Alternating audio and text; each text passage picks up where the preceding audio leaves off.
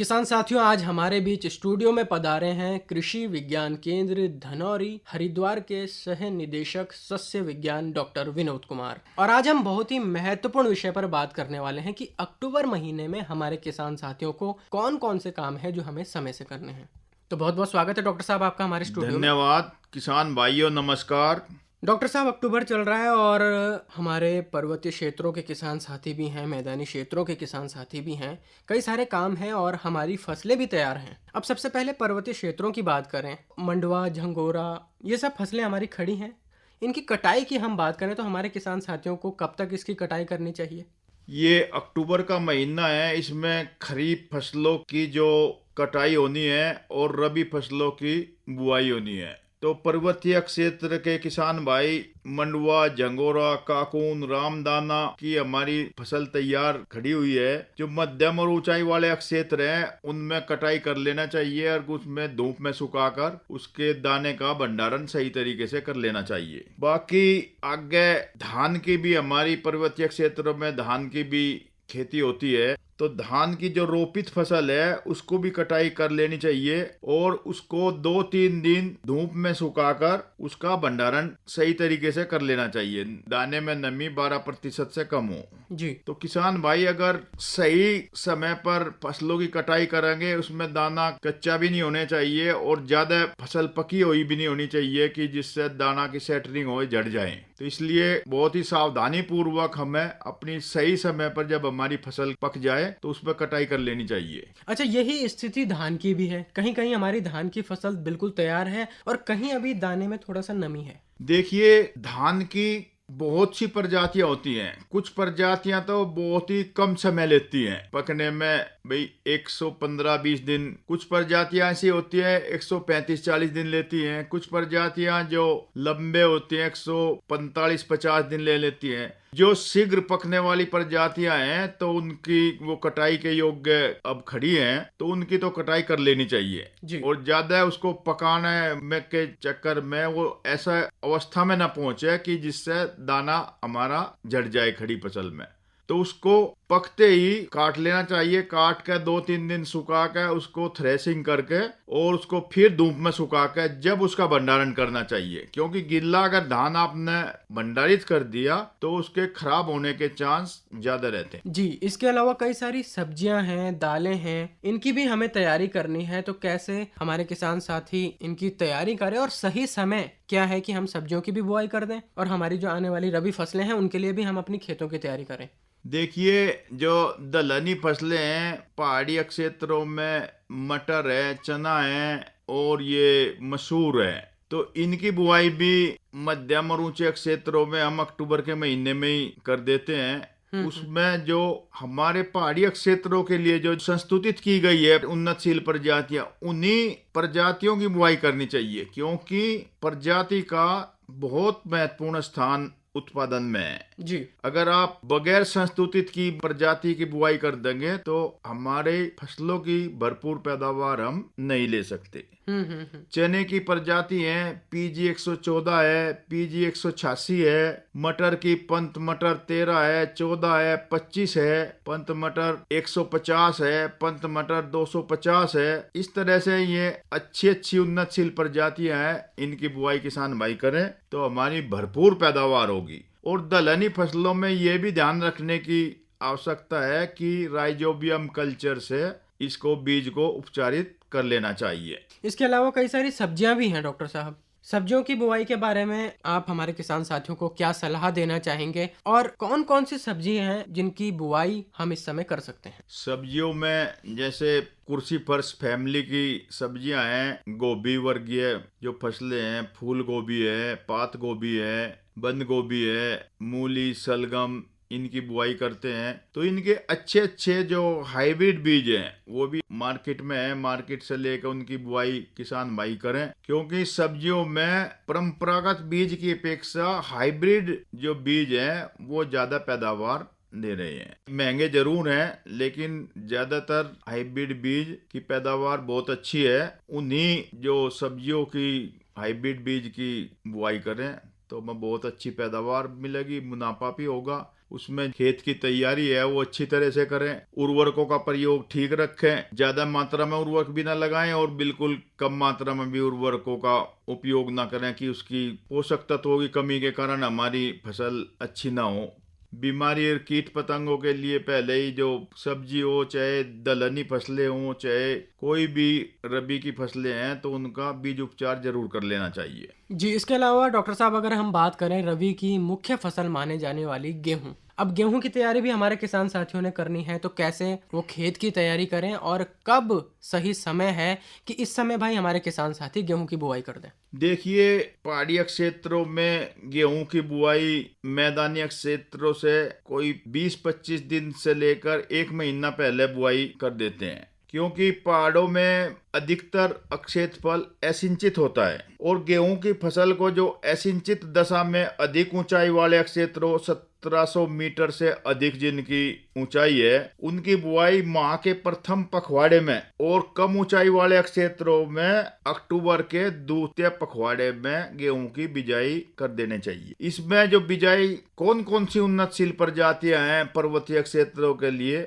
उनका भी बहुत ध्यान रखने की आवश्यकता है, क्योंकि जो उन्नतशील प्रजातियां हैं 1700 मीटर से नीचे क्षेत्रों के लिए यूपी 2572, VL 953, VL 616, VL 829 और जो 1700 मीटर से अधिक ऊंचाई वाले क्षेत्र है उसमें HPW 4, HS 385 की बुआई करें। तो ये बहुत अच्छी प्रजाति है, प्रतिरोधक अक्षमता है इन प्रजातियों में और अच्छी पैदावार देती है। 45-50 क्विंटल प्रति हेक्टेयर तक इनकी पैदावार हो जाती है। और ये ध्यान रखना चाहिए कि बुआई करने से पहले बीज का उपचार जरूर करें किसान भाई। अगर अच्छी जगह से, विश्वसनीय जगह से आप बीज ले रहे हैं तो वो तो उपचारित होया हुआ आता है। NSC का बीज लिए और ट्राई सीड डेवलपमेंट कॉरपोरेशन से बीज लेंगे तो उपचारित हुआ ही मिलेगा आपको। पंतनगर विश्वविद्यालय से लेंगे तो वो भी उपचारित हुआ मिलेगा। लेकिन जो किसान भाई अपने घर का भी बीज, अगर पिछले साल कोई अच्छी प्रजाति ले आए और उसका बीज अपने घर का ही बोना है ना, तो वो बीज को उपचारित कर लेना चाहिए। बहुत से बाजार में फंजीसाइड है बीज उपचार के, उनमें से किसी भी फंजीसाइड से लगभग 2 से 3 ग्राम प्रति किलो फंजीसाइड की आवश्यकता होती है, तो उससे बीज उपचार कर लेना चाहिए, क्योंकि जो बीज जनित बीमारी है उनका निराकरण बीज उपचार करने से आसानी से हो जाता है। और जो पर्वतीय क्षेत्रों में हमारे किसान भाई जो सिंचित अवस्था में खेती करते हैं, क्योंकि कुछ क्षेत्र पर्वतीय क्षेत्रों में भी सिंचित है, उनके लिए जो उन्नतशील प्रजाति हैं UP 2572, UP 2584, VL 953, VL 907, VL 804, VL 738, HS 507, HS 240, HPW 349, ये प्रजाति जो इनमें से भी आपको मिले तो उनकी खेती आपको करनी चाहिए, उनकी बिजाई करनी चाहिए। ये बहुत अच्छी प्रजाति है और इनकी पैदावार भी बहुत अच्छी है। मैदानी क्षेत्रों में भी हमारे किसान भाई ये जो गेहूं की खेती करते हैं तो वो अभी तो समय नहीं, उसकी तैयारी करनी है। मैदानी क्षेत्रों में अब गन्ने में जो मुख्य कार्य है, गन्ने में उसको बंधाई करना, गन्ने में जो स्मट लगा हुआ है जिस गन्ने में, उसकी पत्ती तोड़ के एक जगह डाल के जला देना चाहिए। और जो गन्ने की शरदकालीन बुआई करते हैं 15 अक्टूबर तक उसकी बुआई कर लेनी चाहिए। 15 अक्टूबर के बाद गन्ने की बुआई शरदकालीन नहीं करनी चाहिए, क्योंकि तापमान कम हो जाता है, जर्मिनेशन में, उसके अंकुरण में समस्या हो जाती है। और अच्छी उन्नतशील प्रजातियां जो गन्ने की हैं CO 0338, COS 13235, CO 15023, इस तरह से ये बहुत अच्छी प्रजाति है, इनकी बुआई किसान भाई करें।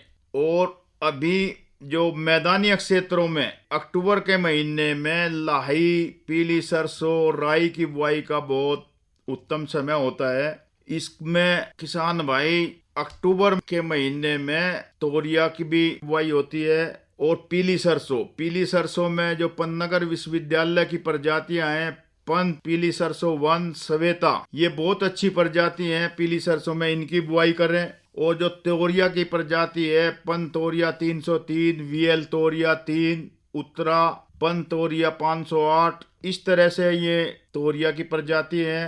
पीली सरसों में एक प्रजाति NR CYS0502, ये भी बहुत अच्छी प्रजाति है। इसमें तेल की मात्रा भी करीब 43% है। और जो राई की उन्नतशील प्रजाति है वो भी अक्टूबर के महीने में दूसरे पखवाड़े में की जाती है। तो पंतराई 19, पूसा मस्टर्ड 27, क्रांति, पंतराई 20, 21 और बहुत सी हाइब्रिड प्रजाति भी राई की आई हुई हैं। पूसा संस्थान की प्रजाति है, पूसा विजय, पूसा तारक। इस तरह से इन अच्छी अच्छी प्रजातियों के किसान भाई बुआई करेंगे तो हमारी राई सरसों की पैदावार किसान भाई बहुत अच्छी ले सकते हैं। इनकी कोई 20 से लेकर और 25 क्विंटल के बीच में इनकी प्रति हेक्टर पैदावार है।